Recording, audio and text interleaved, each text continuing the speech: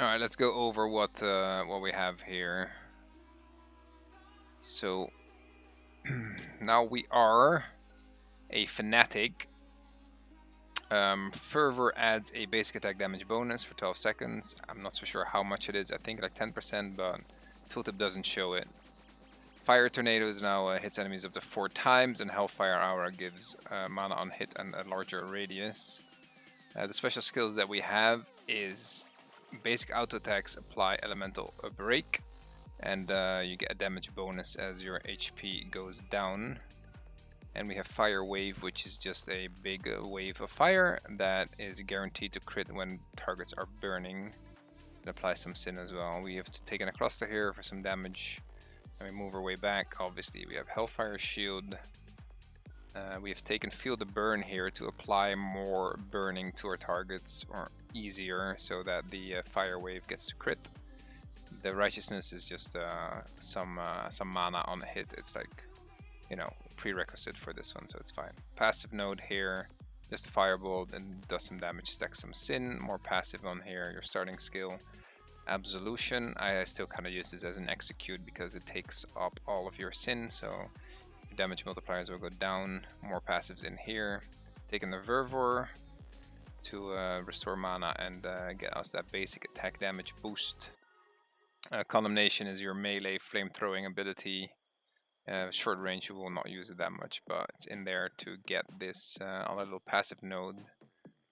That is how the skill tree looks like. Then for discs, let me move this to the side a little bit. We have Archons. So we put a burn on something, and when we hit with fire damage, it also applies elemental breaks. So auto attacks do elemental breaks, and just our fire damage breaks the elemental. So some mitigation removal there. Redeemer in here is a great single target ability, and some mana regen if you're standing still, that's fine. Spreading Flame to spread our Archon's spell here, the Archon's Fury. Get more damage over time on people, break their resists, and get burn on things for the fire wave, right? And then the Glamour Weapon is a bit of a attack power buff. I went full int and full strength because Glass Cannon DPS is the way to go. Maybe if you're doing a lot of raiding, you just want to go int and Constitution. That's fine too, but I just like going full damage. I didn't take Dex because you have the auto critting ability on the fire wave. Alternatively, you could also take Dex. It depends. It's easy to cap out your crit damage if you get some God buff, so then strength and dex kind of have the same value, but more crits is a bit spikier damage that could be better for finishing off some targets if the healers are sleeping. The way this plays is kind of the same way it did for the whatchamacallit, the Sanctifier. So we buff up. We open up with a big little spell here. Some Fire Tornadoes, big damage. Put a dot on things, spread the dot. They're burning, guaranteed crit from the fire wave. Poke in some single target damage. And if we're close enough, we can do some fire breathing action. And then this consumes the sin again. You can restack it with the next rotation. Get some auto attacks in there. Wait for your cooldowns to come back. That is kind of it.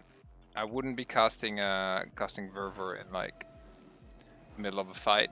Kind of want to find a safe position to get some mana back, but it is a buff for your auto attacking, so still good to have.